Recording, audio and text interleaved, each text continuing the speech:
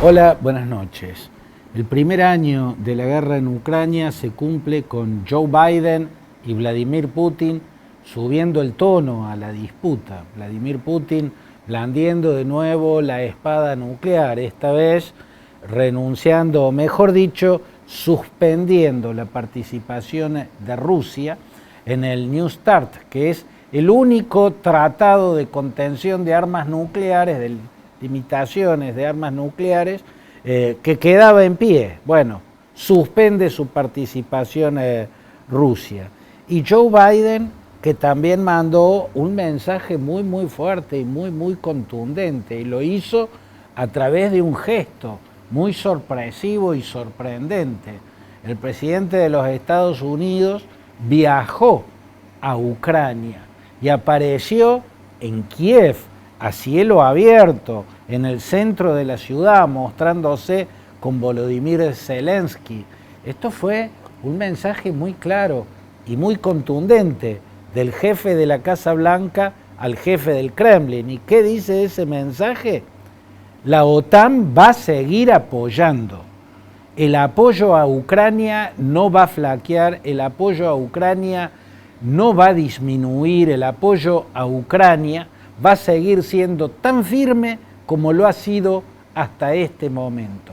Ese es el mensaje que de semejante manera, nada menos que viajando personalmente a Kiev, a la capital ucraniana, y mostrándose con Zelensky en el corazón de esa histórica ciudad, le ha mandado el jefe de la Casa Blanca al jefe del Kremlin, y el jefe del Kremlin respondió con la suspensión de la participación rusa en el único acuerdo de contención nuclear, de contención de armamentos nucleares que quedaba en pie. Ambas partes entonces están diciendo que están totalmente dispuestos a seguir con la pelea. Cumplen el primer año de esta guerra avisando que van a continuar con la guerra. ¿Hasta dónde? Ambas partes están diciendo hasta conseguir los objetivos que estamos planteando. Así están las cosas. ¿Y qué estamos viendo en el escenario bélico? Y estamos viendo lo que por momento parecen dos boxeadores pesos pesados, ya cansados, casi tambaleantes, que intercambian golpes en el centro del ring. Mientras tambalean esos golpes, esos puñetazos que se tiran, ambos pesos pesados cada vez parecen tener menos potencia. Ocurre que se les agotan los armamentos y se les agotan las municiones a ambas partes. Por cierto, la OTAN todavía tiene resto, no en municiones, pero puede incrementar la producción de municiones para sostener la resistencia ucraniana, y puede acelerar el envío de los tanques que necesita Ucrania. Habrá que ver si se anima también a dar el paso de enviarle los aviones de combate que les está pidiendo Volodymyr Zelensky.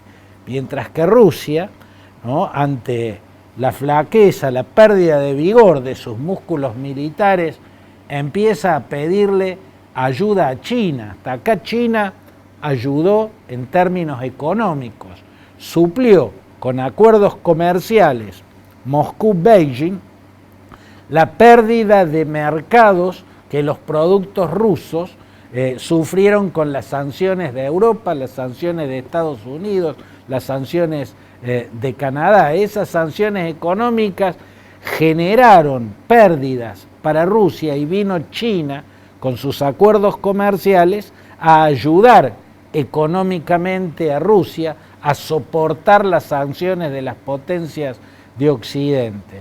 Pero hasta aquí el apoyo de China había llegado o se había limitado a ese rol de sostén económico.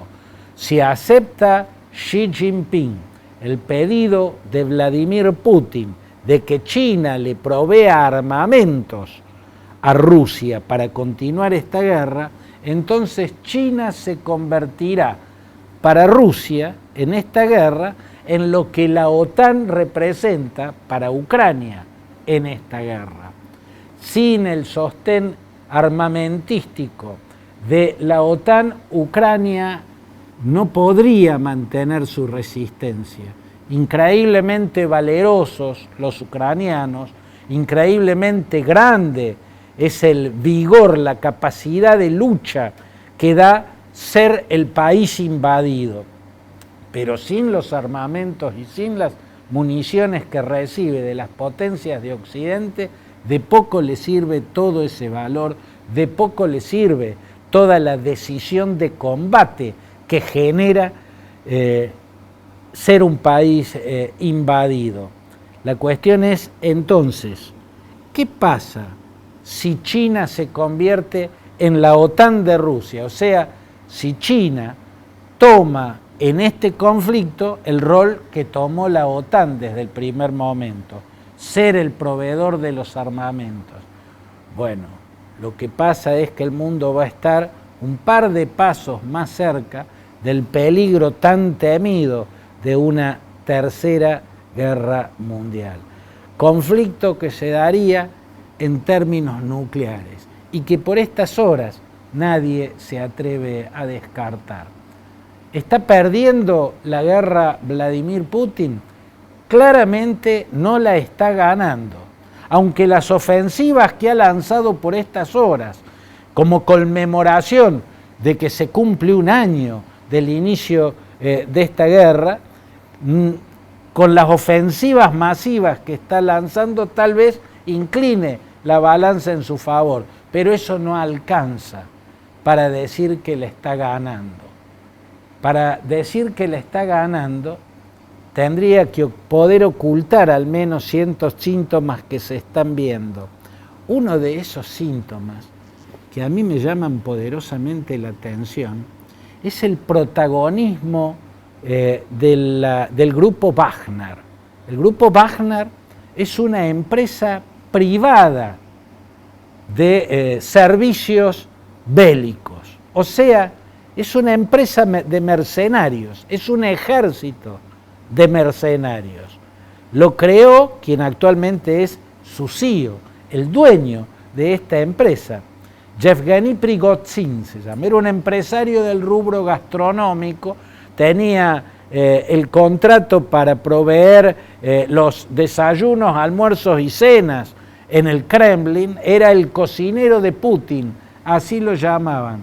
Y este empresario gastronómico saltó al rubro de la guerra cuando usó su cercanía con Vladimir Putin, su confianza con el presidente de Rusia, para crear una empresa de servicios mercenarios, un ejército mercenario. Ese ejército combatió junto al ejército ruso en Siria, apoyando al régimen de Bashar al-Assad. Allí en Siria hicieron el trabajo sucio. Ese ejército privado, ese ejército de mercenarios, no solo está actuando fuertemente en Ucrania, también está haciendo negocios en la guerra de Mali, en el conflicto interno de Libia, en la guerra o en los conflictos bélicos que se están dando en la República Centroafricana y en otros países de África como Mozambique. Cobra en dinero contante y sonante o cobra recibiendo minas que pasa a explotar. Nunca se había visto un protagonismo tan expuesto de una empresa de mercenarios, de un ejército mercenario. Los mercenarios existieron siempre, ¿no? Desde el origen mismo de esa palabra con raíz en el latín, que implica cobrar, que implica estar asalariado, ¿no? Hubo momentos en la historia en que ser mercenario hasta tenía cierto grado de nobleza, como el caso de los antiguos griegos. Genofonte, un filósofo socrático, fue mercenario porque además de filósofo, el autor de obras como Los Memorables, también fue un combatiente mercenario, ¿no? Fue a combatir a las guerras de Ciro el Joven, o sea, fue a combatir para un ejército persa en conflictos intestinos persas, y cobraba como combatiente, igual que los otros 10.000 atenienses a los que él dirigió cuando volvían derrotados y describió en una obra maravillosa que se llama La Anábasis. La Anábasis prueba, ¿no?, la existencia del mercenarismo en la antigua Grecia, incluso en la antigua polis ateniense. Después hubo momentos donde te daba a la vista la vileza que significa ser un mercenario. La palabra condottiero viene precisamente de quienes eran los jefes de los ejércitos mercenarios en la Italia medieval, donde siempre estaban en guerra entre sí las distintas repúblicas que atomizaban la península itálica. Hasta las guerras de las últimas décadas tuvieron mercenarios. Los norteamericanos usaron empresas privadas en la última guerra de Irak. Lo que nunca habíamos visto es ostentar el mercenarismo. Hoy el mundo habla del grupo Wagner. Hoy en todos los diarios del mundo se escribe sobre el grupo Wagner, que lleva el nombre de Richard Wagner, el gran músico alemán cuya obra emocionaba a Hitler porque le decía que le hacía sentir la superioridad de la raza aria, ¿no? Los creadores del grupo Wagner son simpatizantes de Hitler, son supremacistas raciales, creen en la supremacía de la raza eslava y en Rusia como la cabeza del supremacismo eslavo. Por eso se llamaron grupo Wagner.